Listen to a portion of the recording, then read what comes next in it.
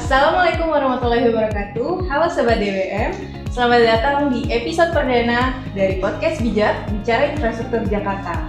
Lewat podcast ini, kita akan ngobrol seru tentang berbagai hal menarik seputar infrastruktur di Jakarta.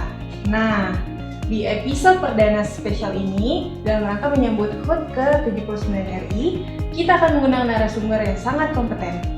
Beliau adalah Bapak Syamsul Bakri, Kepala Bidang Prasarana dan Sarana Utilitas Kota Bina Marga. Selamat datang Pak Syamsul. Selamat datang, selamat siang. Selamat siang.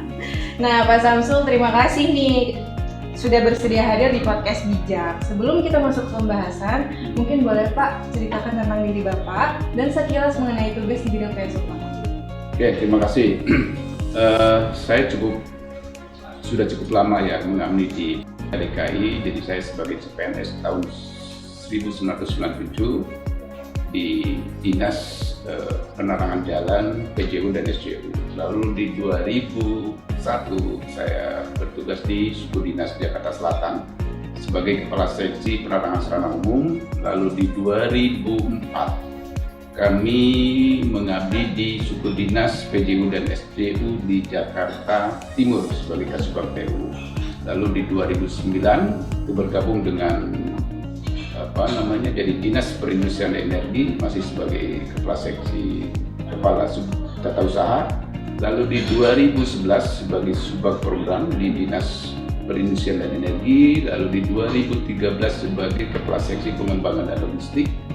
Lalu di 2016 diberi amanah sebagai Kepala Bidang Pencahayaan Kota. Lalu kami merger dengan Dinas Bina Marga di tahun 2000 dan masih diberi amanah sebagai Kepala Bidang PJSU. Lalu di bulan Mei tahun 2023 mendapat amanah kembali di bidang PSUK.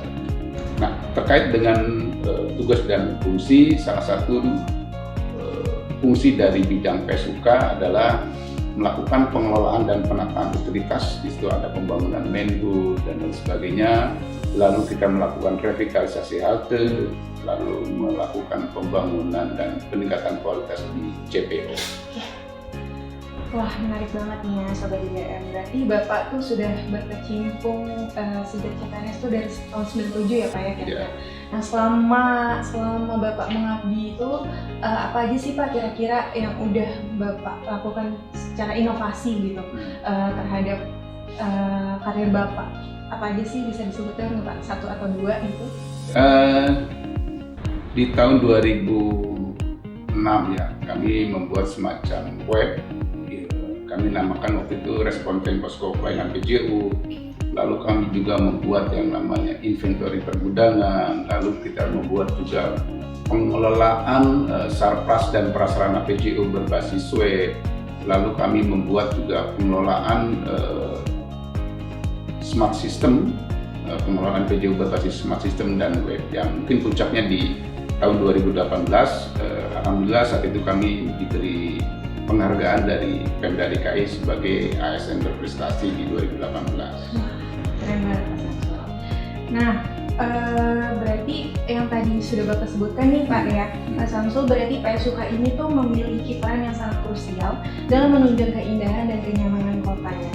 Seperti yang tadi Bapak sebutkan ada pembangunan jaringan utilitas, revitalisasi halte, dan PSUK ini juga bertanggung jawab atas pembangunan JPO. Nah, seperti apa sih Pak konsep dari pembangunan JPO di Jakarta ini? Oke, gini, JPO itu adalah salah satu infrastruktur yang berfungsi untuk memindahkan warga atau masyarakat berpindah dari suatu lokasi ke lokasi yang lain, terutama untuk menghindari penyebrangan jalan ya.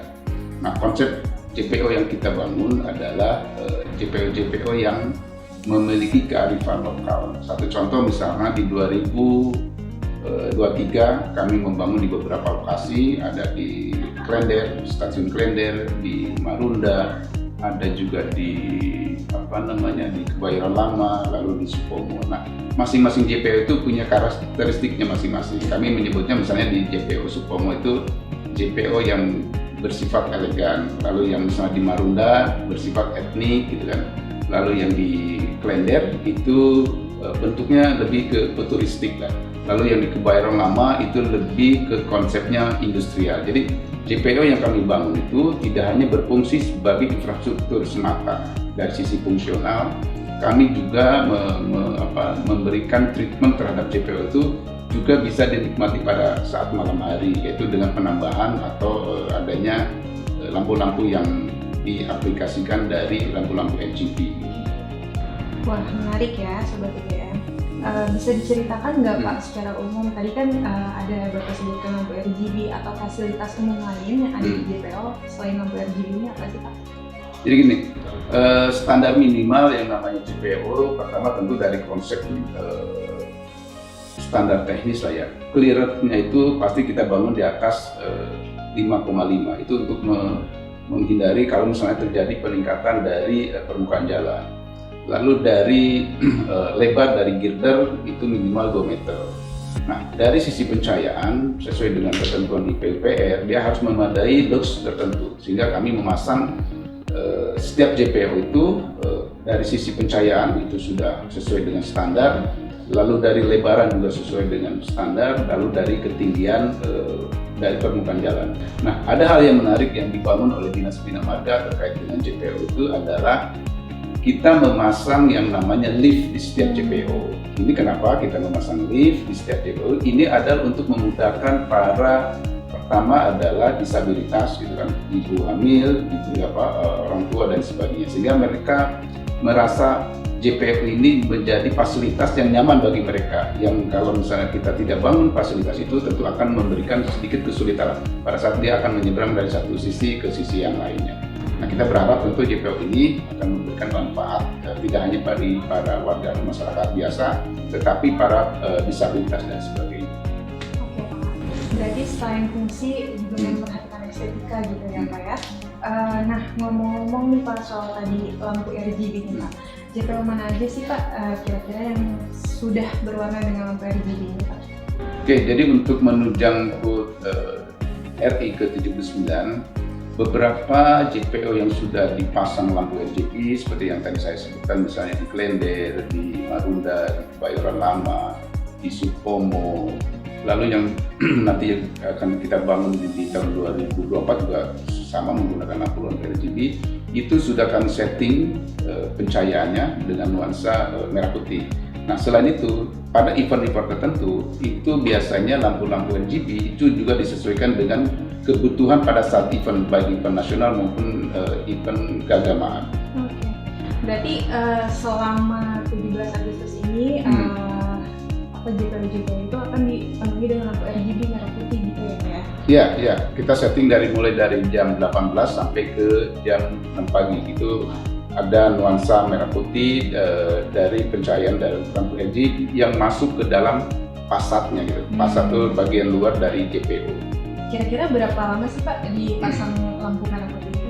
Biasanya kita minimal H-7 dan H+7. Tapi kita kemarin sudah menyampaikan ke teman-teman di lapangan untuk memperpanjang sampai ke tanggal 30 Agustus 2024 untuk pencahayaan lampu-lampu RGB-nya. Wah, keren banget ya Sobat IBM, Jakarta makin kece nih pastinya dengan adanya lampu RGB merah putih di JPO. Terima kasih banyak Pak Samsul atas sharingnya. Semoga informasi yang kita dapatkan hari ini dapat menginspirasi kita untuk lebih menghargai keindahan kota Jakarta. Nah, bagi Sobat IBM yang ingin mengetahui lebih lanjut tentang pekerjaan di bidang PSUK, boleh loh kalian kunjungi website kami dan juga follow media sosial kami. Sampai jumpa di episode selanjutnya Sobat IBM.